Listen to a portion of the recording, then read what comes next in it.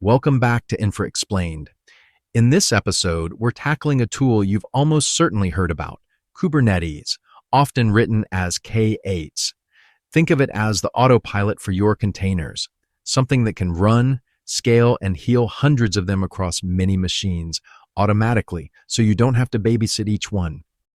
Before we get to what Kubernetes is, let's be honest about the problem it solves. Running one container with Docker is trivial, but production rarely looks like that.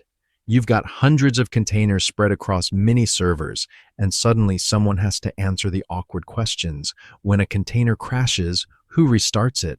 When traffic spikes, who adds capacity? When a whole server dies, who moves the workload somewhere else? Doing that by hand doesn't scale, and that's exactly the gap Kubernetes was built to fill. So here's the one-sentence version. Kubernetes is a container orchestrator, and the key idea is that you don't tell it what to do step by step. You declare the desired state. I want 5 replicas of this service running this image exposed on this port. Kubernetes then takes responsibility for making reality match that description, scheduling containers across your machines, healing them when they fail, and scaling them as needed. That's the whole job in a nutshell. If that still feels abstract, here's an analogy that tends to stick. A pilot flies one plane, that's Docker, running a single container.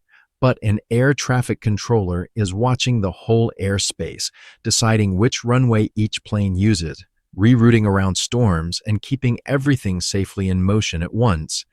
That's Kubernetes. Not the thing running your container, but the thing managing your entire fleet of them, and quietly rerouting when something goes wrong.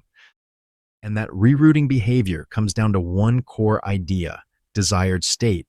Instead of writing a script that says, start this container, then start another, then check if they're alive, you simply declare the outcome you want. Say, 3 copies of my app, always running. Kubernetes takes that goal and runs what's called a control loop. It constantly compares reality to your declaration, and if something drifts, a crash, a node failure, it quietly works to reconcile the difference. Declarative, not imperative. You describe the destination. Kubernetes figures out the route. So how does Kubernetes actually pull that off? If you look inside a cluster, you'll find 2 distinct layers.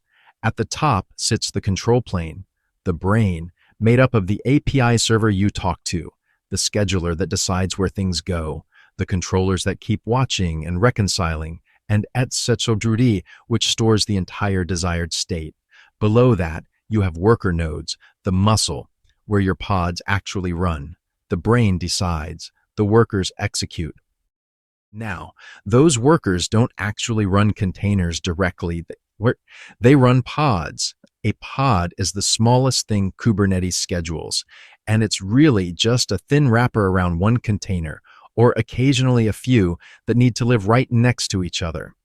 Inside that wrapper, containers share a network address and storage so they can talk over localhost. And here's the key mindset shift.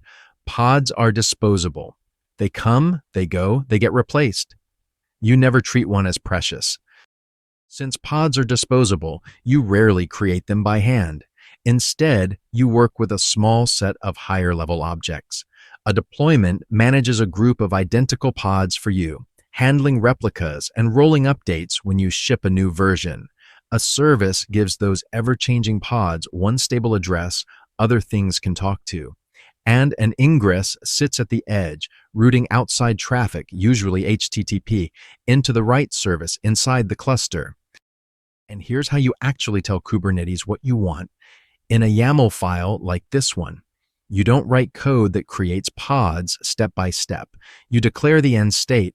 Kind is a deployment. I want 3 replicas, each running the MyApp image at version 1.4. Then you run kubectl apply, hand the file to the cluster, and let it figure out how to make reality match what you described. Once you've handed over that desired state, this is where Kubernetes starts earning its keep. If a container crashes, it gets restarted or replaced automatically. That's self-healing. When traffic spikes, it can spin up more pods and scale back down when things quiet. It rolls out new versions gradually, so users never see downtime. and it balances incoming traffic across the pods that are actually healthy. 4 jobs you used to do by hand, now handled for you. So, how does it actually pull that off? Underneath all 4 of those behaviors is a single, simple pattern called the control loop.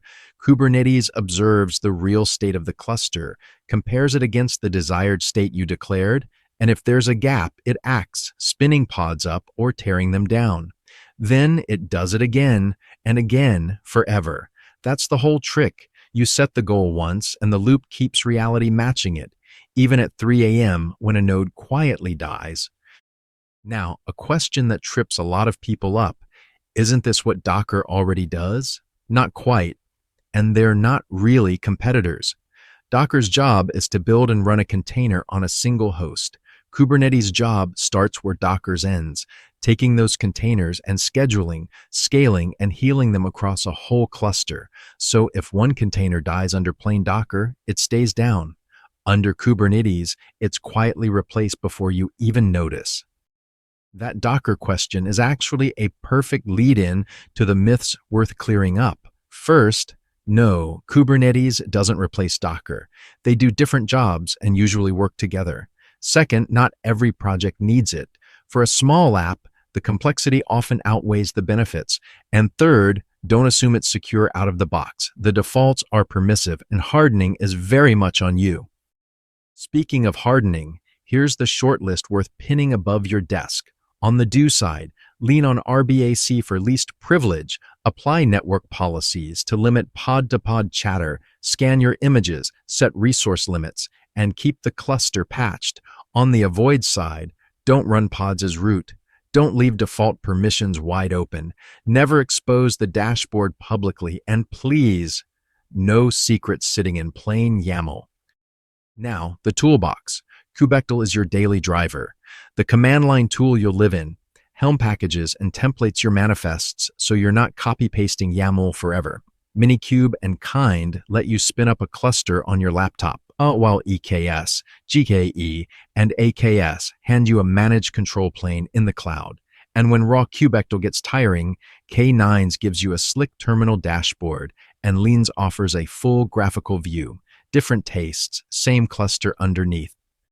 So let's pull the threads together. Kubernetes orchestrates containers across many machines, and the core trick is that you declare the desired state. It constantly reconciles reality to match. Pods are the smallest unit. Deployments manage them, and that ever-running control loop is what gives you self-healing and auto-scaling for free. It's genuinely powerful, but also complex, and permissive by default, which matters the moment you go to production. Which raises the honest question, do you actually need Kubernetes? It's a great fit when you're running many services at real scale, when self-healing and auto-scaling are genuine requirements, when you have a platform team to operate it, or when portability across clouds really matters. But for a single app, a tiny team with no ops bandwidth, or just one container that needs a home, a managed platform will almost always serve you better. Reach for Kubernetes when the problem fits the tool, not the other way around. If you want to keep going from here, the Infra Explained series digs into the neighboring pieces: Docker, CI/CD, infrastructure as code, and how containers really differ from virtual machines. And once you do have a cluster running, remember that Kubernetes is powerful but permissive by default. A misconfigured cluster is a wide-open door, so hardening it is a discipline worth learning on its own. You'll find both tracks over at Dargslan.com courses. Before we wrap up, I want to turn the mic over to you for a moment. Kubernetes tends to split the room. Some teams treat it as essential infrastructure, others look at it and say it's wildly over-engineered for what they actually need. So I'm genuinely curious. Have you run it in production, or have you looked at it and decided it was overkill for your project? Drop your take in the comments. I read them.